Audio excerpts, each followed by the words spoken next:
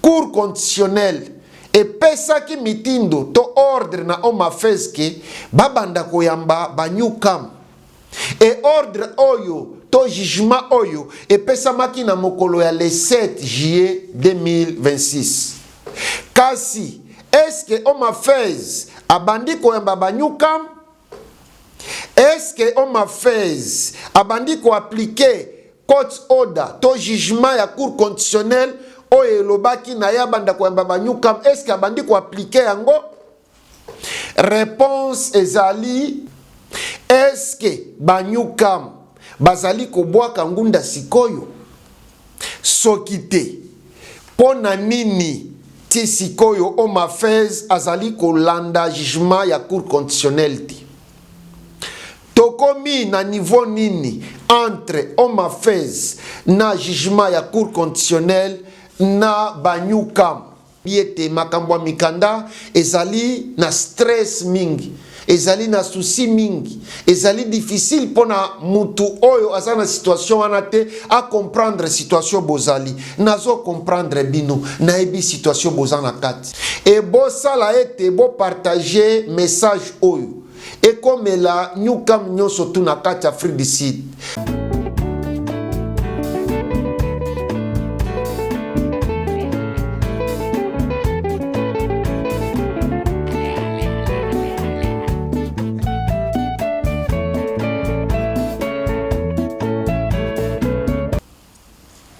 Baike banamboka batata bamama bandeko wa bolingo boye malamu na émission na biso to solo la biso na biso to solo la biso na biso ezali moko ya ba programme to émission ya Mayangani télévision mbote na bino jambo eno betwabu sanga yuabu mbote na beno to solo la biso na biso ezali bisika oyo biso ba congolais ya Afrique du Sud diaspora congolaise ya Afrique du Sud ba congolais ya mboka ya Nelson Mandela tozali kosangana kokutana mpona kosolola sir makambo oyo ezali ko concerner biso awa na mboka oyo makambo neti makambo ya mikanda makambo neti makambo ya bangunda bato ya ngunda makambo neti makambo ya ba réfugié et mingi pona kosalela bino interprétation to ko manyolela bino ba jugement ya cour sir makambo na biso ba réfugié biso bato ya ngunda biso banyukam biso bato ya apil oyo nyonso etali ba réfugié tozolo belango awa na moko ya minoko ya bakoko na bino o ezali lingala ampamba tendenge boyebi tozali na mboka anglais makambo nyonso tuye ko salema na anglais ba jugement nyonso tuye ko pesa man anglais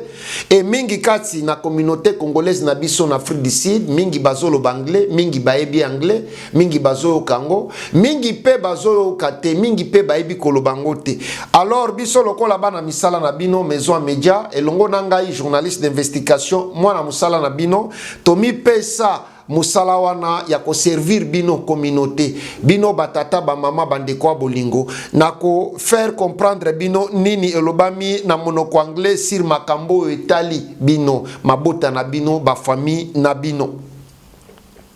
na eli susu lelo mpona kolobela sujet ya banyukam na Afrique du Sud nini ezali suite ya banyukam par rapport ya jugement ya cour conditionnel o elobaki ete il faut oma fez abanda koyamba bango a permettre bango babanda ba application na bango nini ezali suite nango est-ce que banyukam bazali kobwaka ngunda sikoyo soki te pona nini ti sikoyo oma fez azali kolanda jugement ya cour conditionnel ti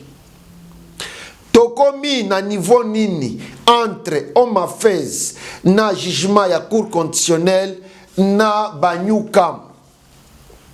communauté congolaise ya Afrique du Sud ba réfugié banyukam bakoki ko retenir nini sur situation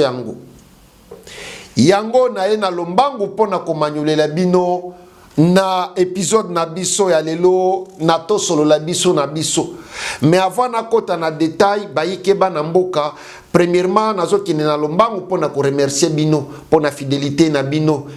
batata ba mama bandeko bolingo bayike bana mboka baye bo kolanda biso bisika nyonso tu botuti libakwa kolanda biso baye basabona pe baye basabona te nazosenga na bino zotala na biso s'abonner de façon ete mbalasima ozala informé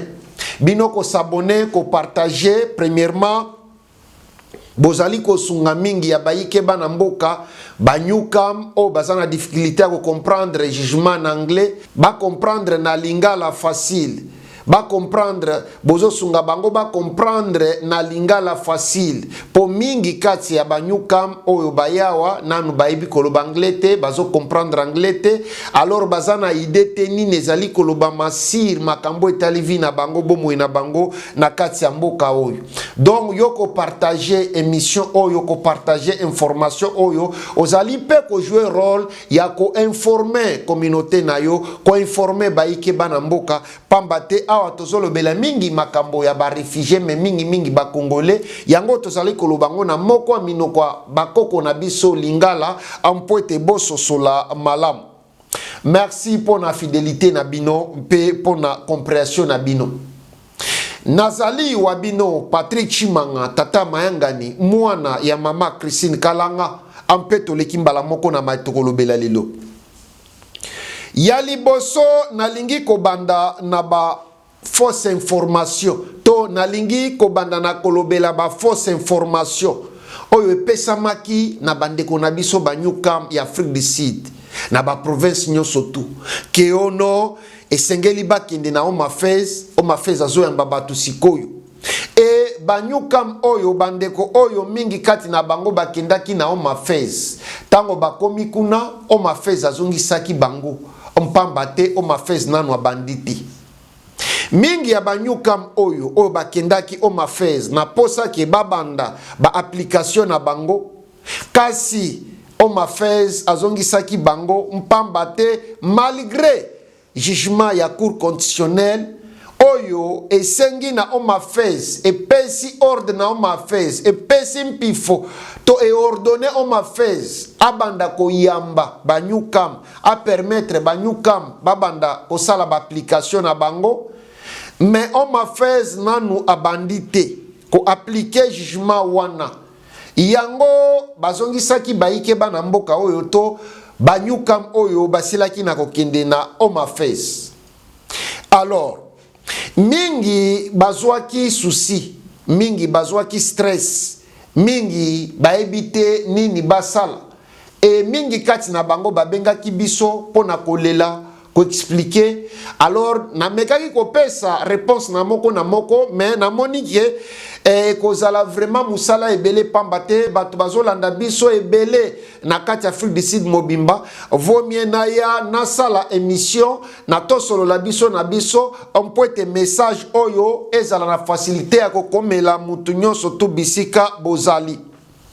bayike bana mboka batata ba mama bandeko bolingo diaspora congolaise Afrique du Sud ba congolais Afrique du Sud na ebisaki binoki processus ya application ya banyuka selon ndenge cour constitutionnelle lobaki to pesaki ordre na mokolo ya le 7 juillet 2026 omafez nanu abandité na ebisaki communauté congolaise ke omafez nanu ache ata processus moko te mpona kobanda koyamba banyuka mais ba information ya lukuta ezali kotambola mingi na kati ya communauté na biso mingi bakosi communauté bakosi banyuka ke bakende na omafez bako pesa ba date misusu bako loba le 10 misusu le 15 donc mutu na mutu ako pesa date na ndenge na ye mais o ezali lukuta ampamba te omafez nanu abandi koyamba bayike bana mboka to banyukam te mais bango bayebisi bango ki bakende na omafez akoyamba bango. Alors bayike bana mboka batata ba mama bandeko wa bolingo na ye lisusu koyebisa binoki omafez nanu abandite koyamba bayike bana mboka banyukam nanu apesi ata processus moko te na ndenge nini akobanda koyamba banyuka. Soki Home Affairs apesi processus to lolenge nini akobanda koyamba banyuka, anto modalité nini akosalela mpona koyamba banyuka, anto nini il faut kosala anto kozala nango mpona ko accéder na application anta nyuka. Maison na bino a média Mayangani télévision elongo na journaliste na bino investigation Patrick Chimanga tata Mayangani tokoya na lombangu pona ko informer bino, na koya na lombangu pona ko expliquer bino nini il faut kosala to nini il faut kozala na yango, ndenge to mesana kosalela bino musala chaque jour à tout moment lokola bana misala na bino. Et communauté congolaise Afrique du Sud bakozala informé na temps réel. Bino bato o bozali kopesa basango ya lukuta ba fausse information botika bozo sala mabe bozo sakana na ba émotion ya bayike bana mboka e mingi kati na bango bazo bela mingi baza mikolo bampaka me bozo sakana na émotion na bango ezali malamu te. Bozali kotinda batu bakende na Home Affairs etango bato oyo bakomi kuna bazali kozongisa bango e bato oyo bazali kozwa ba stress po mingi kati na bango bazo uta na babisika milai musika misusu baza na bambongo ya kofuta batikete ba transport te bakoma na Home Affairs misusu bazo defa metango bazo defa mbongo ke bakomi kuna ba servir bango te bazongisi bango bozo imaginer stress bozo pesa bango bozo imaginer susi bozo pesa bango ezali malamu te botika kosala yango ezali malamu te soki bosala kango po na matalana po bayeba bino botika kosala yango eza malamu te. Oui, ezali ya solo ke cour conditionnel et pesa ki mitindo to ordre na Home Affairs ke babanda koyamba banyukam et ordre oyo to jugement oyo et pesa maki na mokolo ya le 7 juillet 2026. Kasi est-ce que Home Affairs abandi koyamba banyukam? Est-ce que Home Affairs abandi ko appliquer court order to jugement ya cour conditionnel oye lobaki na ya banda ko yamba banyukam? Est-ce que abandi ko appliquer yango? Réponse ezali nanu te. Home Affairs nanu abandi ko yamba banyukam te. Pas encore. Tango Home Affairs akobanda ko yamba banyukam na koya na lombango mpona ko yebisa bino ko informer bino lokola momesano na koya na lombango mpona ko expliquer bino processus yango ndenge nini ekozala nini il faut banyukam basala mpona kobanda ba application na bango d'après oyo Home Affairs akopesa lokola processus. Communauté congolaise ya Afrique du Sud baike bana mboka banyukam bozala na motema moto moto te. Bosabone na chaîne YouTube na biso Mayangani Télévision, bosabone na chaîne YouTube na bino Mayangani Télévision, en pointe bozala informé na temps réel quand Home Affairs akobanda ko appliquer court order to jugement ya cour conditionnel. Botika kozala pressé, botika kozala motema duku duku, bocha mai na bamvinyo na bino, bokitisa mitema, botika kochaba émotion liboso, bokozwa maladi, bokobela na ebiete makambwa mikanda, ezali na stress mingi, ezali na souci mingi, ezali difficile pona mutu oyo azana situation wanate a comprendre situation bozali nazo comprendre bino na ebi situation bozana kati me bokitisa mitema bocha mai na mvino tango Home Affairs akobanda koyamba banyukam na koyana lombangu pona ko expliquer bino nini esengeli kosala. Baike bana mboka diaspora congolaise ya Afrique du Sud, ba congolais ya Afrique du Sud, bozala na patience, bozala patient. Homme a fait nanu apesi lumière te. Homme a fait nanu apesi éclaircissement te. Sir ndenge nini akobanda koyamba banyuka. Anto ndenge nini procédure kozala nanu apesi te. Jusque là situation ezali nanu kaka ndenge wana. Bo s'abonner po bozala update na situation na évolution ya situation po bozala informé. Et bo sala ete bo partager message oyo. Et comme la New Cam nyonso tu na kati Afrique du Sud. Bo partager émission oyo massivement. Et comme la ba réfugié bato nyonso tu bazali na makambo mikanda ya ba réfugié ya ngunda New Cam Apid Maslif bango nyonso tu émission comme la bango mpe boyebisa bango ba s'abonner mpo ete bazala informé à tout moment na évolution ya makambo ya mikanda ya Home Affairs o etali biso ba congolais na kati ya Afrique du Sud. Donc baike bana mboka na mukuse bino banyukam esengeli boye baete Home Affairs nano abandi koyamba banyukam te. Oui, ordre eza wana epesamaki déjà ke bayamba bino, mais Home Affairs azozwa temps pona kotala na lolenge nini ako appliquer jugement wana lolenge nini akosala de façon ke makambo ezala malamu. Donc nasuki awa pona baike bana mboka naki na lombangu pona komanyolela bino pona kokitisa mitema na bino pe mingi babengi nga bazolela mingi baza na stress bolandaka bilandela mwanza te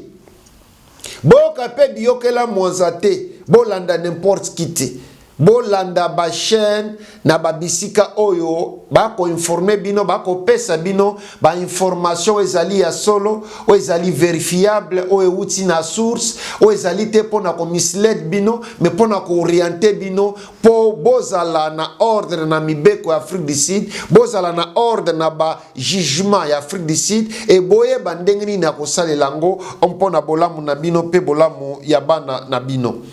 Nazali wabino Patrick Chimanga tata mayangani mwana ya mama Christine Kalanga ampe tomonani mbalasima bobo sanate ko s'abonner. Merci, goodbye.